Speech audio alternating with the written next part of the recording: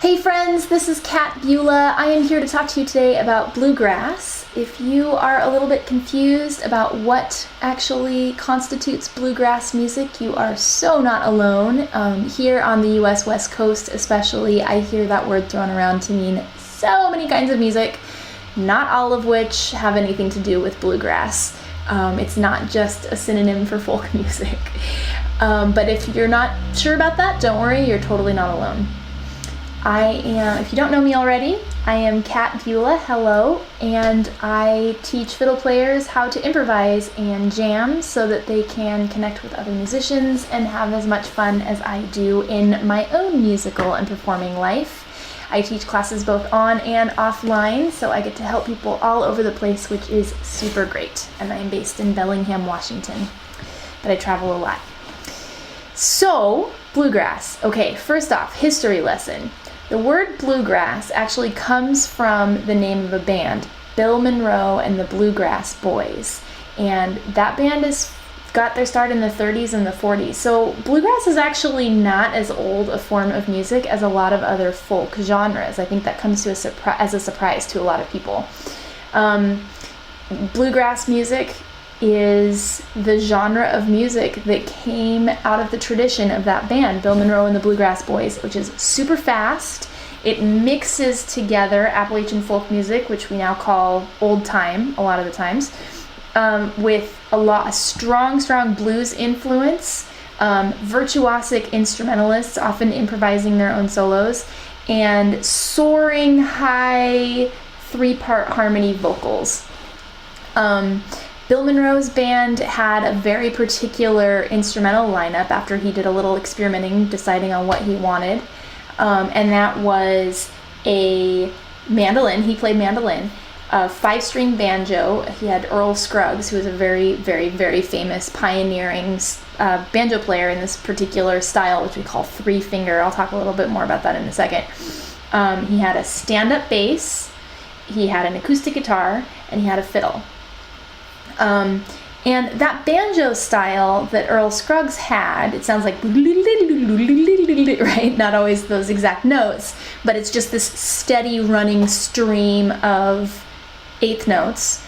That became known as bluegrass banjo style or Scruggs style or 3-finger style. It all means the same thing, as opposed to this style called clawhammer, which is what old-time banjo players do, where they make their hand in a claw. I'm not a banjo player, but they make their hand look like a claw, and they strum it more in this particular pattern. Bluegrass banjo players use individual fingers on different strings, which helps them play this steady stream of really fast notes. And that's a defining characteristic of bluegrass. So thousands of bands have followed in Bill Monroe's footsteps. They've taken the genre and they've pushed it in different directions. But according to the most strict definition, your bluegrass purists, of whom there are many, I'm probably one of them, will say that in order to be called bluegrass, it really needs to have that instrumentation that I just mentioned: 5-string banjo, mandolin, acoustic guitar, stand-up bass, fiddle, and the one instrument you can add to that is a dobro, or a resonator guitar, same thing.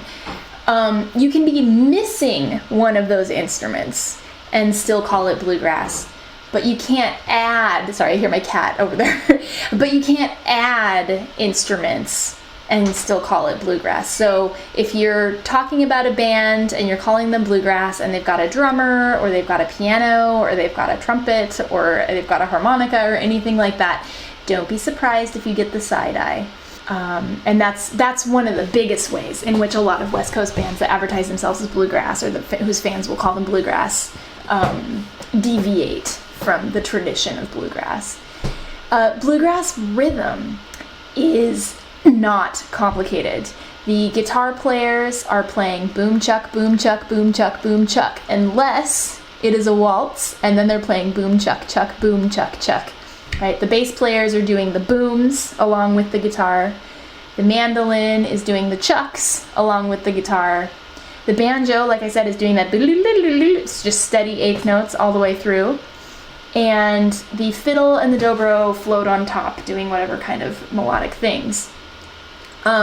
This is another way in which poppier bands that might be bluegrass influenced often deviate from the more traditional hardcore bluegrass, because in rock music and in pop music, they use a lot, or I should say I play these genres too, a lot more different rhythms in order to add interest, in order to make the songs not all sound the same, right? Whereas a bluegrass band is happy to keep the rhythm pretty consistent, but then use the arrangements in terms of who plays what when and the lyrics to differentiate the songs. Frankly, not everybody thinks that bluegrass songs are very differentiated from one another, right? It takes a lot of work for a bluegrass band to avoid that effect of all their songs sounding the same. But like any genre, the more you get into it, the more differences you can hear between different songs. That's what I have to say right now about bluegrass versus pop music or versus rock music. Bluegrass versus old time is a trickier distinction, and I think this one people really have a lot of confusion about, sometimes even if they're pretty advanced players themselves, because the boundary isn't as defined. Like I said, Bill Monroe drew from old time music very, very much, and he mixed it with this really heavy blues influence and pushed the tempo up. One of the biggest differences, like I said, is the banjo style, right? The bluegrass banjo has the 3-finger style, and old time has the claw hammer style. Another huge difference is that bluegrass is just faster almost all of the time, because old time is usually dance music, right? So they have to play the songs at a tempo that people can dance to, not too fast and not too slow. Bluegrass is performance music, so they just pick their tempos based on what they think sounds good, and that's almost always super fast. There are exceptions, there are slow songs, but a fast old time song is not as fast as a fast bluegrass song. Another aspect of this whole old time is more party music, bluegrass is more performance-based music thing is, in old time music, the players tend to be playing the same melody all together most of the time.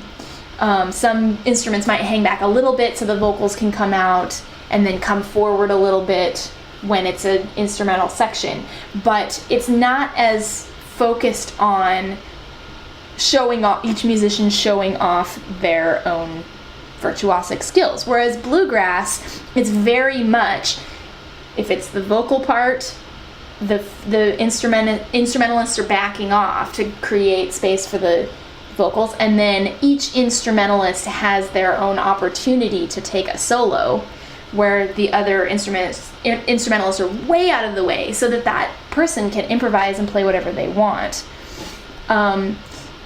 Part of this also is that the vocal parts are a lot more prescribed.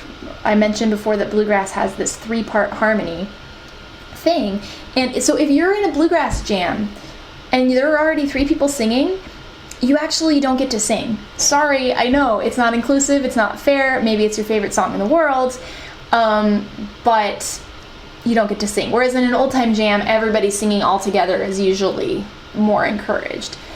The benefit of that is that when 3 people are covering the 3 parts and there's no other vocals kind of mixing it up, you can really hear how those 3 parts are blending and interacting with each other, and it's really beautiful. So in bluegrass, solos, which are often improvised, break up the sections of the vocal parts, and they're solos. They're not just everybody playing the melody all at the same time.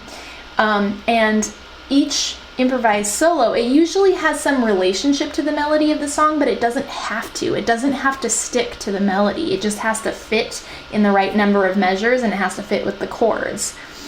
Which is really different than old time, because in old time you're not going to go way off on a musical tangent that way. You're going to stick to the melody. So in this way, bluegrass is actually a lot more like jazz. And this is the part that can make bluegrass fiddle really hard to learn if you're not in a band or if you're not in a regular jam group. Because if you're playing old-time music or contra dance music or Irish music or some of the other fiddle genres, you can just go online or get a book and print out some sheet music, learn the tunes note for note, and then go to a jam and have a reasonable expectation that you're gonna know how to play the songs with the people, as long as you're playing it fast enough and whatever else. With bluegrass, not nearly as much is set in stone. There's no one right fiddle part for most songs, and people are gonna sing them in different keys. So even if you know a standard bluegrass song, you might not have been practicing it in the same key that somebody's gonna sing it in a jam. So there is that standard repertoire within bluegrass. There's some standard repertoire, but all that's standardized is the chords that the accompanists are playing and the lyrics, the melody, the vocal part. But not even the key is standard. So within that, fiddlers get to do whatever they want, which is so creatively satisfying and fun, but it can also be really overwhelming when you're first learning bluegrass. So I am really excited to be offering a course for fiddlers about bluegrass soloing. I'm so excited to be teaching this class. I'm really excited to introduce you to some of that common repertoire that I was mentioning before, and to give you lots of ideas and opportunity to practice taking your own solos, even if you're at home, even if you're alone. I am so excited to give you a chance to practice putting songs in different keys, so the same song, to be able to play it in different keys, including some of the hard keys that you might be avoiding, right? In bluegrass, it's very common that people play in the key of B, which is not so common in other genres. And I also really want you to get comfortable in E flat, because that's often a really good key for women to sing in.